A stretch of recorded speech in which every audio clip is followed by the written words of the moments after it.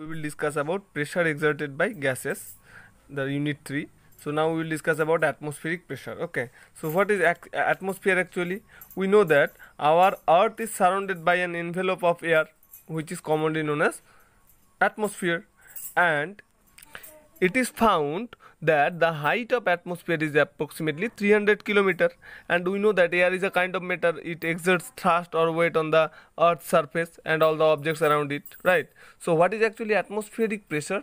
The force exerted by atmosphere per unit area on the surface of earth is called atmospheric pressure. Okay, and what is its value? Its value is actually about 1 lakh Pascal. Okay, so we can say that atmosphere exerts a huge pressure, right? So now we will discuss about some common phenomena based on atmospheric pressure. So we know that earth, and that means atmosphere exerts a huge pressure, but why we do not feel this tremendous pressure due to our atmosphere? Because our blood contains dissolved oxygen at a pressure which is slightly more than the atmospheric pressure. Okay.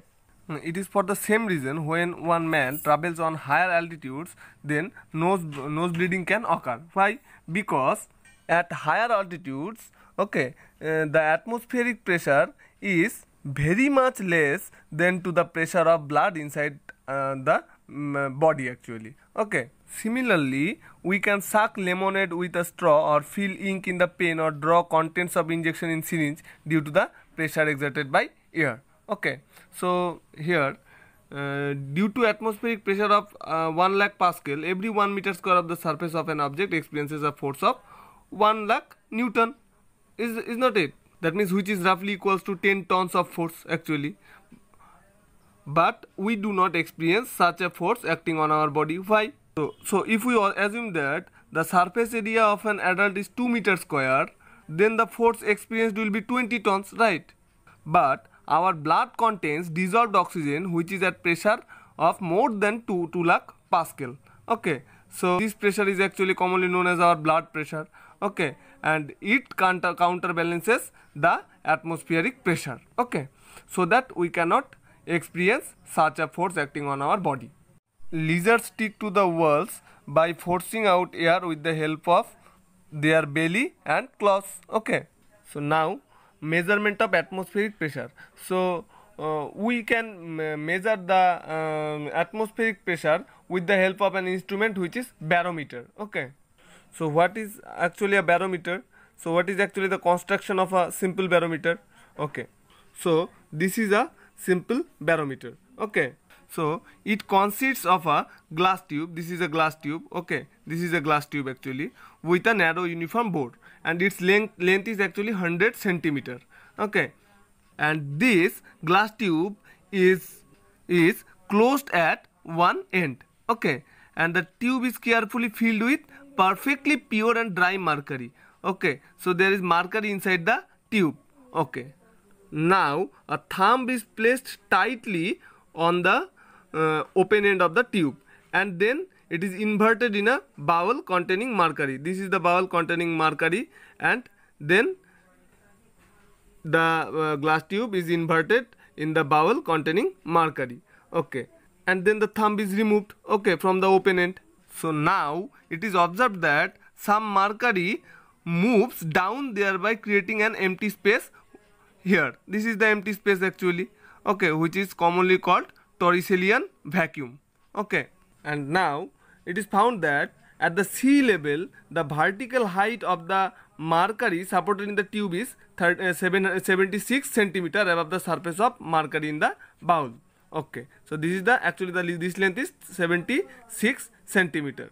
Okay, and that means pressure exerted by 76 centimeter vertical height of mercury column is equal to actually the pressure exerted by the air at this surface of mercury in the bowl.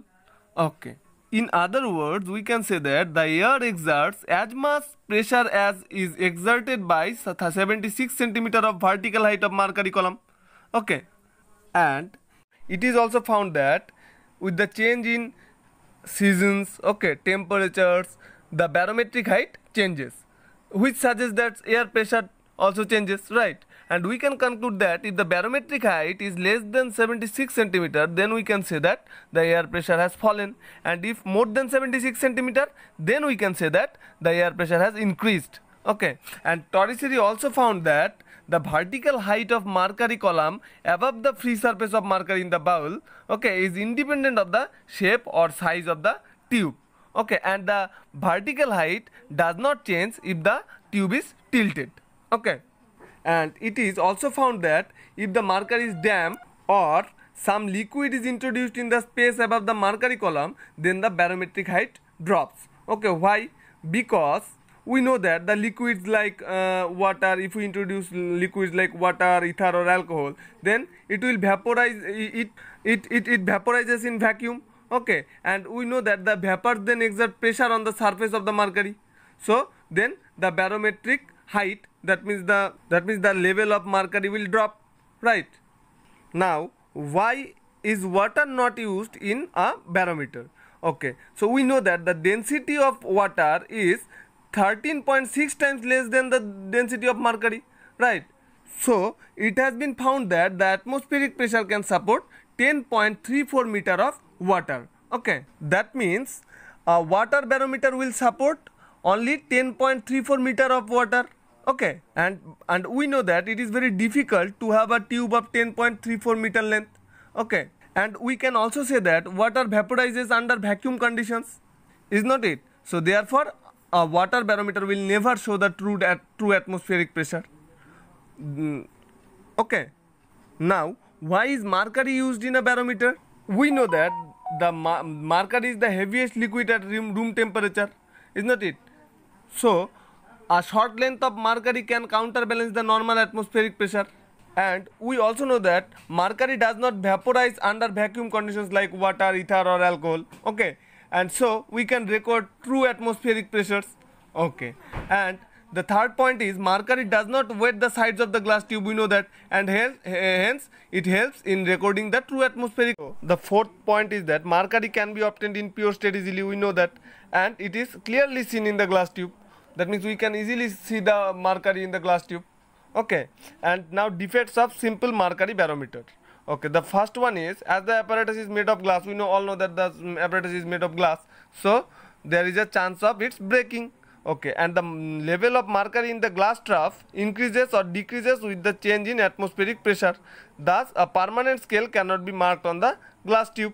And the third point is that it is neither compact and nor portable, and it cannot be carried to different places. Okay, so other kinds of barometers, that means what are the other kinds of barometers? 14's barometer and aneroid barometer.